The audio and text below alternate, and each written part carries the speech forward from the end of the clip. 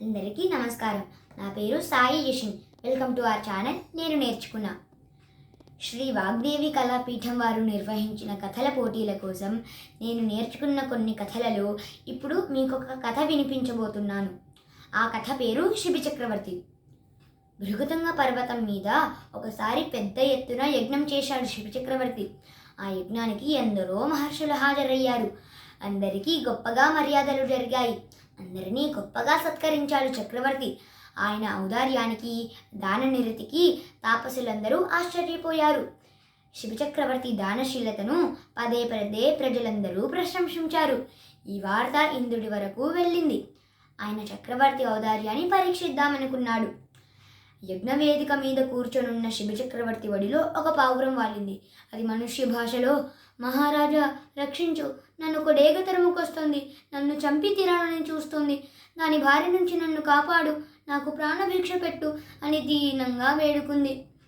శివచక్రవర్తి ఆ పావురాన్ని ప్రేమగా నిమురుతూ, నిన్ను కాపాడే బాధ్యత నాది, నీకు ఎవరి నుంచి ప్రమాదం రాదు అని హామీ ఇచ్చాడు. పావురం మనసు కుదుట పడింది.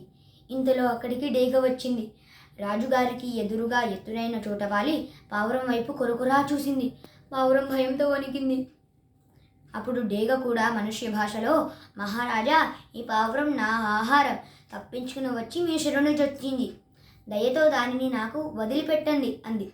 అప్పుడు శివచక్రవర్తి, ఈ పావురానికి నేను అభయం ఇచ్చాను, ఆడిన మాట తప్పను, అయినా నీకు మాత్రం అంత పట్టుదలెందుకు, దీన్ని వదిలి మరో ఆహారం ఎత్తుకో అన్నాడు. అప్పుడు డేగ, రాజా, నీవు ధర్మప్రభువువి, న్యాయంగా ఆలోచించు, నేను ఆకలితో నకనకలాడుతున్నాను, ఈ పావురమేమో దొరికినట్టే దొరికి తప్పించుకుని వచ్చి నీ దగ్గరకు వచ్చింది, నోటు ముందరి ఆహారాన్ని తీసివేయడం ధర్మం కాదు, మహాపాపం కూడా. నా కోరికేమీ అన్యాయమైనది కాదు, పావురాలను డేగలు తినడం సహజమే. ఇప్పుడు ఈ ఆహారం లేకపోతే నేను ఆకలి బాధతో మరణిస్తాను, కనుక నా ఆహారాన్ని నాకు విడిచిపెట్టండి అంది. అప్పుడు శివచక్రవర్తి, ఓ శయనరాజమా, చూడబోతే నీవు ధర్మాధర్మ విచక్షణ తెలిసిన దానిలా ఉన్నావు. శరణన్న వారిని రక్షించడం రాజధర్మం. నీ ఆకలి బాధ తీరడానికి ఏ ఆహారం కావాలో చెప్పు, నువ్వు కోరిన ఆహారాన్ని నీకు ఇస్తాను, కానీ ఈ పావురాన్ని మాత్రం నీకు వదిలిపెట్టను అన్నాడు. నేను కోరిన ఏ ఆహారమైనా ఇస్తారా అని గట్టిగా అడిగింది డేగ. నిరభ్యంతరంగా అన్నాడు శివచక్రవర్తి. అప్పుడు డేగ, అలాగైతే రాజా, నీ శరీరంలో ఈ పావురమంత మాంసాన్ని కోసి నాకివ్వు అంది.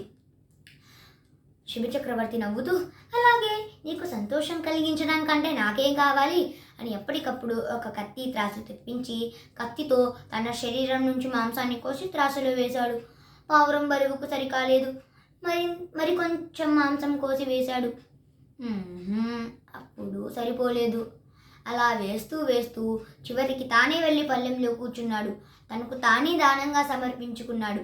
అప్పుడు ప్రత్యక్షమయ్యారు ఇంద్రుడు, అగ్ని. రాజా, నీ దానగుణం నిరూపమానమైంది. నీ వంటి ఉత్తముడు ఇంతవరకు ఈ పుడమిపై పుట్టలేదు. నీ ఔదార్యాన్ని పరీక్షించడానికి నేను డేగగా, అగ్నిపావురంగా వచ్చాము. నీ కీర్తి చిరస్థాయిగా వర్ధిల్లుతుంది అని ఆశీర్వదించాడు ఇంద్రుడు. ఆయనకు మళ్ళీ తేరో రూపం ప్రసాదించాడు. కృతజ్ఞతగా శివచక్రవర్తి చేతులు జోడించాడు. అప్పటికీ ఇప్పటికీ దానం విషయంలో శివచక్రవర్తికి సాటి వచ్చేవారు లేరు. ఈ వీడియోలో తప్పులేమైనా ఉంటే ఈ చిన్ని మనిషిని మీ పెద్ద మనసుతో మన్నించి నన్ను ఆశీర్వదించండి. ధన్యవాదాలు.